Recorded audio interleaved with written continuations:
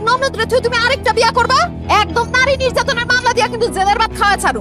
বেশি কথা কই না, বেশি কথা কইলে আপনার ননদরে এখন এই মুহূর্তে 3 কথা কই তালাক দিয়ে দেব। এই শয়তানকে থাপড়ায় দাঁত সব ফালায় দাও। যাও। ওর গায়ে অনেক শক্তি, ওর থাপ্পড় দিতে গেলে আবার ঘুষি মেরে আমার দাঁত ফালাই দিব। ওরে বাবা রে বাবা, আমি অনেক ভয় পাই।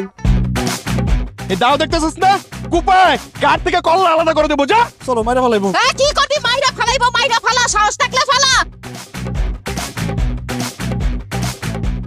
20 পয়সার শরবত তুমি আমারে খাইতে দিছো কেন? তোরে মাইরা ফলানোর জন্য। এই বকশিসের টাকা নিয়ে এখন চাচার পক্ষে কথা কইতেছেন? বেয়াদবের মতো কথা কস। আমার সংসার ছেড়ে সারা জীবনের জন্য কেন চলে যাইতেছো? কারণ তুই ভীতু, কাপুরুষ। তোর চাচাতে তোর জমি দখল করে ফেলাইলো, তুই কিছুই কইতে পারলি না।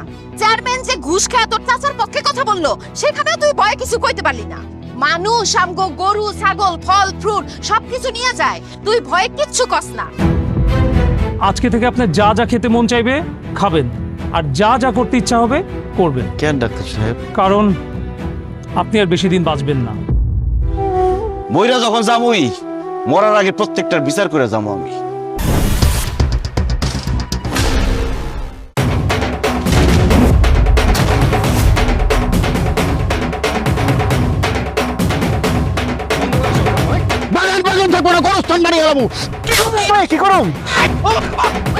আমার বোন তোরে ভালোবাসা বিয়ে করছে, আর তুই সামান্য করে টাকার জন্য আমার বোনকে তালাক দিতে চাস?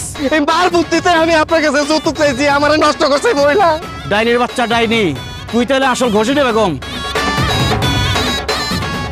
দালালের বাচ্চা তোরে খাইছি আমি, খাওয়া। আজকে আপনার বিচারে বসে চেয়ারম্যান সাহেব, ডাক্তার আমারে কইছে আমি বেশি দিন বাঁচব না। আমি তো মরে যাবো, তোরে লয়ে মরুম।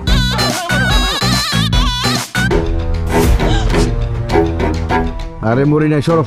আমার যেহেতু আপনার পছন্দই না, তাই আপনার মেয়েরে আপনার বাড়িতে নিয়ে গিয়ে আপনার পছন্দ মতো একটা পাত্রের কাছে বিয়ে দেন।